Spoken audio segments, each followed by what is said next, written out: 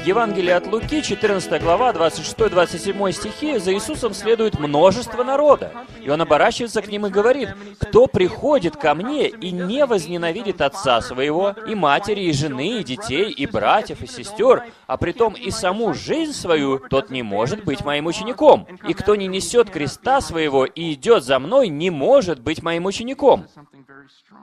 Мы здесь видим большую толпу людей, которые следуют за Иисусом. И Иисус здесь не восхищается, Он не говорит: «Посмотрите на всех этих людей, которые следуют за мной. Приходите снова на следующей неделе и приводите своих друзей».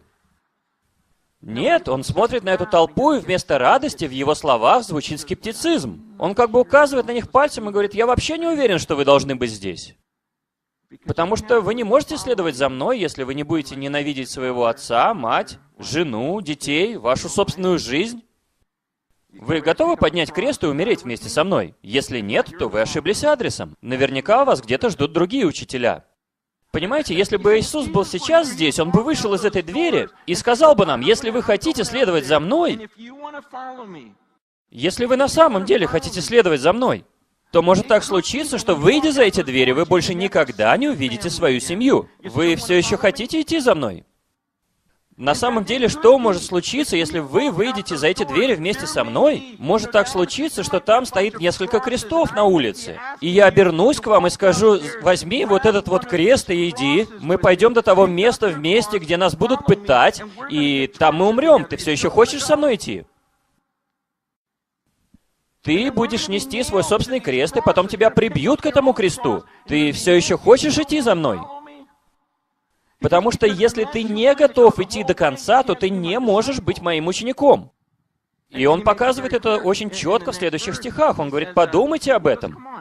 Кто из вас, желая построить башню, не сядет прежде и не вычислит расходов? Имеет ли он то, что ему нужно для завершения строительства? Чтобы, когда он заложит фундамент и не сможет завершить, все видящие не стали смеяться над ним, говоря: этот человек начал строить и не смог окончить». Он говорит: подумайте, если вы собираетесь что-то строить, нужно сначала сесть и посчитать, хватит ли у вас денег. Готов ли я вложить все, что у меня есть в это здание, и потом окажется на полпути, что у вас не хватило финансов.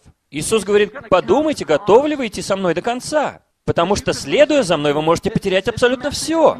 И именно такое послание мы должны передавать людям сегодня. Пойми, я не могу тебе обещать, что у тебя останутся твои старые друзья, что с тобой вообще кто-то захочет дружить, если ты будешь следовать за Иисусом. Я не знаю, ты наверняка будешь чувствовать себя одиноким. Ты потеряешь свою репутацию. Многие взаимоотношения разорвутся. Твои родители могут возненавидеть тебя. И мы все являемся свидетелями этого, когда люди из других религий обращаются ко Христу. На самом ли деле Иисус настолько ценен для вас, что вы готовы отказаться от всего в своей жизни ради Него? И если нет, то не надо следовать за мной, говорит Иисус. Друзья, прочитайте этот текст еще раз и скажите: может быть, я все это придумал? Я вот читаю этот текст и вижу, что Иисус именно об этом говорит. И затем Иисус дает еще одну иллюстрацию, на случай того, если вы все еще не поняли. Он говорит: или какой царь, идя на войну против другого царя, не сядет прежде и не посоветуется, силен ли он с 10 000 воевать с идущим на него с 20 000? Иначе пока тот еще далеко, он пошлет к нему посольство просить о мире. Так и всякий из вас, кто не отречется от всего, что имеет, не может быть моим учеником. Иисус как бы говорит: вы поняли иллюстрацию с недостроенной башней? Вы уверены, что вы хотите идти со мной до конца? Потому что иначе не нужно вам становиться вот такими вот христианами, которые начали свой путь, а потом сошли на полпути. Потому что это как война. Вы не начинаете бой, а потом говорите: ой, мне не нужно было в это ввязываться. Иисус говорит: подумайте об этом заранее.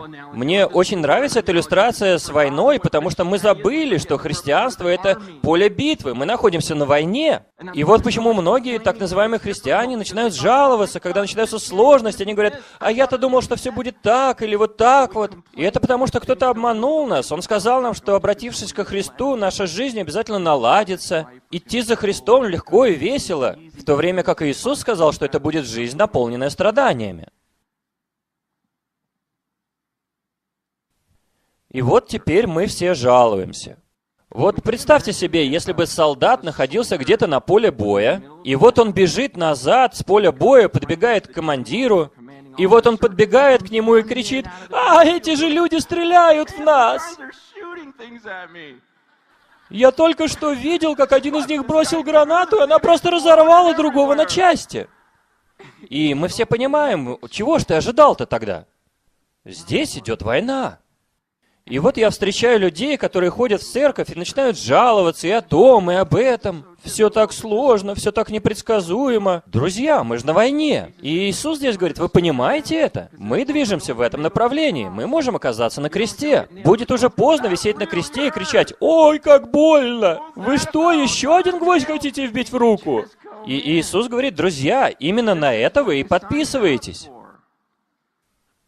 И, наконец, Иисус произносит очень странные слова. То есть Он здесь говорит, кто не отречется от всего, что имеет, не может быть моим учеником. И потом Он произносит очень-очень странные слова, которые я раньше не понимал. Он говорит, соль – добрая вещь. Что? Соль – добрая вещь. Но если соль потеряет силу, то чем исправить ее? Она не годится ни в землю, ни в навоз. Ее выбрасывают вон. И кто имеет уши слышать, да слышит. То есть после аналогии с постройкой башни, когда он говорит, нельзя пройти со мной полпути, а потом все бросить, и потом он говорит, не подписывайся на войну, если ты не готов умереть на ней. И после этого он говорит, соль – хорошая вещь. И вот я все пытаюсь понять, о чем же он здесь говорит. И вот что он говорит, если соль потеряет свою соленость, то что теперь с ней делать? Это просто такой вопрос. Допустим, у вас есть куча соли, но у нее нет никакого вкуса. Иисус спрашивает, что вы будете с ней делать? Похоже, что с ней вообще ничего нельзя сделать. Если выбросить ее на землю, никакой пользы от этого не будет. То есть, если вы смешаете плодородную землю с бесполезной солью, то вы просто испортите землю, правильно? И он говорит, вот этот вот бесполезный белый порошок, он не годен даже для кучи с навозом. То есть навоз можно хотя бы использовать, чтобы удобрить почву. И вот вы берете этот бесполезный белый порошок, кидаете его в навоз, и этим портите даже навоз. И вы уже начинаете понимать, о чем здесь говорит Иисус? Он говорит, посмотрите на себя, может быть, вы выглядите как соль, но, может быть, вы являетесь частичкой этого белого порошка. Если в вас нету солености, если вы не готовы идти со мной до самого конца, если в вас нету солености, чтобы поднять свой крест и идти за мной, идти на войну и знать, что вы умрете вместе со мной, если вы не готовы строить башню до самого верха, то вы абсолютно бесполезны. Иисус говорит, я не знаю, что с вами делать, если вы не готовы идти со мной на крест. Вы абсолютно бесполезны для меня. Вы как эта безвкусная соль, я не знаю, что с ней делать. В землю не хочется выбрасывать. Более того, вы даже навоз испортите, если вас туда бросить. Вы слышите, что говорит Иисус? Он говорит, вы испортите даже навоз. То есть, если у меня есть куча навоза, и вы там встанете, я скажу, уйдите оттуда сейчас же, вы портите мой навоз. Потому что я знаю, где я буду использовать этот навоз, он будет удобрять мою почву. Но вы мне бесполезны, у вас нету посвященности. Вы не готовы идти на крест, вы не готовы строить башню, вы не готовы умирать, вы не готовы отречься от себя, от всего, что у вас есть полностью. Вы мне ни зачем не нужны. Я не собираюсь вас поливать, удобрять. Вы понимаете, к какому решению призывает вас Иисус? Я думаю, мы все это понимаем, когда мы читаем с вами Библию. Прочитайте этот текст сами и спросите себя, что мне теперь делать? И я для вас приведу простой наглядный пример. Предположим, в этом пакетике есть соль. Итак, смотрите, вот это вот настоящая соль. Вот здесь вот я насыплю немножечко настоящей соли. Вот, посмотрите внимательно, здесь вот немножко соли. Это настоящая соль, у нее вкус соленый. Если ее применить куда-то, то все будет соленое. А вот в этом стакане у меня есть много безвкусной соли. У этой соли, которая в стакане, нету никакого вкуса. Хорошо, поняли? Есть настоящая соль, а есть безвкусная. И какой человек в здравом уме возьмет вот эту вот безвкусную соль и высыпет ее вот сюда? Смешает ее с настоящей солью. Существует ли какая-нибудь польза от подобного действия? Какая польза от подобного смешения? Ее не существует.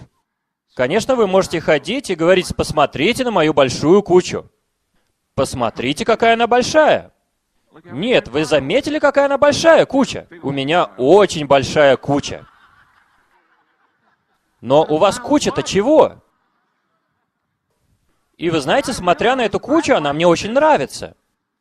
Мне нравится, когда все замечают мою большую кучу. Посмотрите, что я сделал. И я вам не буду врать, мне нравятся большие толпы людей. И все пастора со мной согласятся. Гораздо интереснее, когда у вас много людей. Приятно видеть большую кучу людей.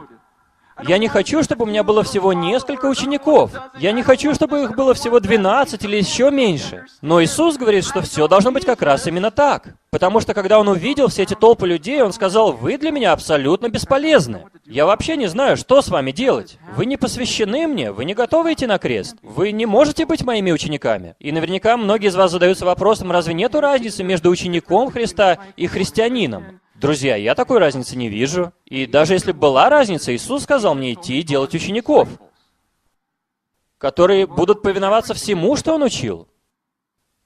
И Он не сказал, что если не можете делать учеников, то просто делайте христиан.